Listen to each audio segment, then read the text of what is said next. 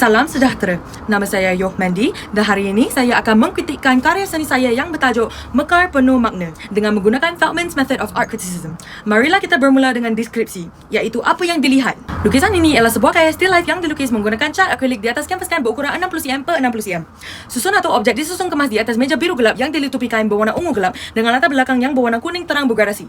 Unsur utama dalam lukisan ini ialah sebuah pasu porcelain Cina berwarna biru dan putih yang besar di tengah-tengah lukisan, berisi sejebak bunga yang sangat meriah dan besar juga. Corak pada pasu ini mengingatkan kepada berkat bentuk zaman dinasti Qing, tetapi juga boleh ditemui pada barangan tembikar nyonya yang dibuat khas untuk masyarakat peranakan. Bunga-bunga yang digambarkan mempunyai pelbagai bentuk dan warna sebagai merah jambu, ungu, oranye, merah dan kuning.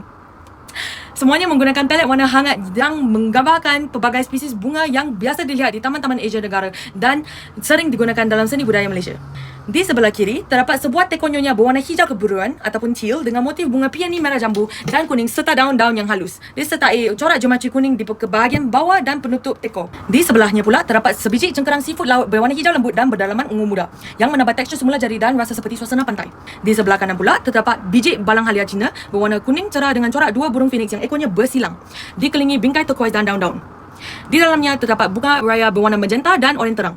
Warna-warna terang dan tepu dalam karya ini seperti kuning dan pelbagai warna bunga menjadikan suasana lukisan ini ceria dan mengangkat mood penonton. Seterusnya, saya akan menganalisis karya ini.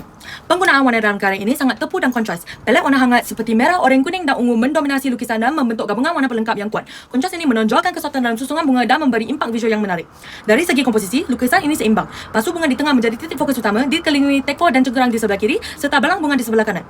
Bahagian atas kiri lukisan ini lebih kosong, tapi ruang kosong itu diimbangi oleh objek-objek di bawahnya. Keseluruhan susunan membimbing mata penonton dari satu bahagian ke bahagian lain dengan harmoni. Dari segi tekstur, walaupun lukisan ini 2D, teknik berus yang digunakan memberi kesan tekstur, kelopak yang gebu, permukaan melengkung, lipatan kain yang tebal dan hujung sifut yang beralun. Dari aspek garisan dan bentuk, garisan organik mendominasi bentuk bunga, manakala objek seperti pasu dan teko memberikan keseimbangan bentuk geometri. Garisannya jelas tetapi ekspresif. Dari aspek ruang, teknik tumpang tindih objek seperti teko dan balang bunga yang hadapan pasu memberi kesan kedalaman. Latar belakang yang rata menonjolkan lagi objek utama di tengah-tengahnya. Jadi, apakah makna Mekar Penuh Makna? Karya ini menggambarkan semangat budaya Nusantara dan Babanyonya dengan penuh kelembutan dan makna. Ia merayakan warisan, keindahan dan suasana kehidupan yang tenang dan selesa. Sejabak bunga dan teko hiasan menggambarkan satu detik tangan yang dihiasi dengan keindahan harian. Sejabak ini kelihatan seperti dipetik dengan penuh kasih sayang, bukan sahaja dibeli dari kedai. Kehadiran teko dan pasu kecil pula menunjukkan bahawa mungkin meja di rumah, mungkin di dapur seseorang. Kehadiran cengkerang laut pula menunjukkan kecintaan terhadap laut ataupun kedudukan rumah yang dekat dengan pantai. Susunan bunga ini bukan sekadar hiasan tetapi mewakili identiti budaya dan keindahan ruang domestik. Setiap bunga yang digunakan biasa dilihat di taman-taman Asia Tenggara dan sering digunakan dalam karya seni budaya Malaysia. Bunga raya ialah bunga kebangsaan Malaysia, orkid melambangkan kekayaan flora negara kita, anthurium dengan daun berbentuk hati melambangkan cinta, chrysanthemum dan peony pula bunga oriental yang berkait dengan penghormatan kepada nenek moyang dan kait kitaran hidupan. Latar belakang kuning terang boleh melambangkan kemuliaan atau kesucian dalam simbolisme Melayu dan juga menggambarkan suasana sambutan komuniti seperti Tahun Baru Cina atau Hari Raya. Gabungan unsur semula jadi seperti bunga dan seafood laut dengan objek buatan manusia seperti teko dan pasu juga boleh menunjukkan keseimbangan antara manusia dan alam. Semua elemen dalam lukisan ini mencerminkan budaya peranakan yang kaya yang menggabungkan pengaruh Cina, Melayu dan Eropah. Pasu-pasu ini sering digunakan dalam rumah Babanyonya dan terkenal dengan reka bentuk yang rumit dan dicat tangan dengan motif seperti dinampak dalam karya ini. Budaya Nusantara sangat dikait dengan laut, jadi cengkerang laut juga sangat sesuai dijadikan simbol. Nenek moyang 3 generasi lepas saya berasal dari China. Sama seperti barangan tembikar ini yang berasal dari sana tapi kini menjadi sebahagian dari rumah dan budaya Malaysia. Reka bentuk seperti bunga atas latar belakang hijau selalunya unik untuk komuniti peranakan di Melaka, Pulau Pinang dan Singapura. Semuanya tempat saudara mara saya menetap. Ini menunjukkan bahawa walaupun saya mengiktiraf asal-usul dari tanah besar Cina, saya juga sangat menghargai dan mencintai warisan Malaysia saya. Motif burung phoenix dan chrysanthemum yang membawa makna kelahiran semula mewakili setiap generasi baru dalam pokok keluarga saya yang menambah cinta dan hubungan kepada tanah ayah ini. Di sebaliknya, karya ini juga mempunyai makna yang lagi terperinci. Sejambak bunga yang mekar di bahagian atas lukisan menggambarkan diri luar saya yang ceria, menonjol tetapi masih harmoni dengan sekeliling. Pasu yang memegang bunga itu melambangkan budaya saya tetapi dengan warna yang lembut dan tidak terlalu mencolok. Seperti kaum Cina saya yang dikenali semua tapi bukan sesuatu yang saya perlu sorakkan.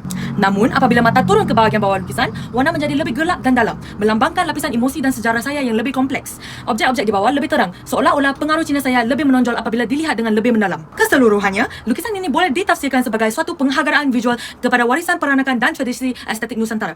Ia menunjukkan gabungan harmoni pengaruh Melayu, Cina dan kolonial seperti identiti Babanyonya yang berkembang di alam Melayu. Karya ini merupakan penghormatan saya kepada asal-usul, keturunan dan tanah saya. Penghormatan terhadap akar saya dari dahulu hingga sekarang. Akhir sekali kami sampai di bahagian penilaian.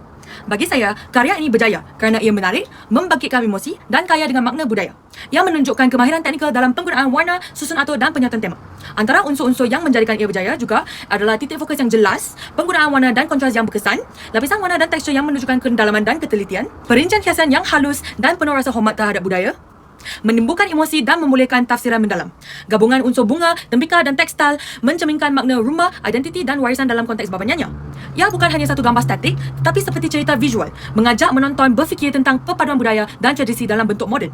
Kesimpulannya, karya ini ialah sebuah still life kontemporari yang bertenaga dan berakar umbi dalam estetik pelbagai budaya Asia Tenggara.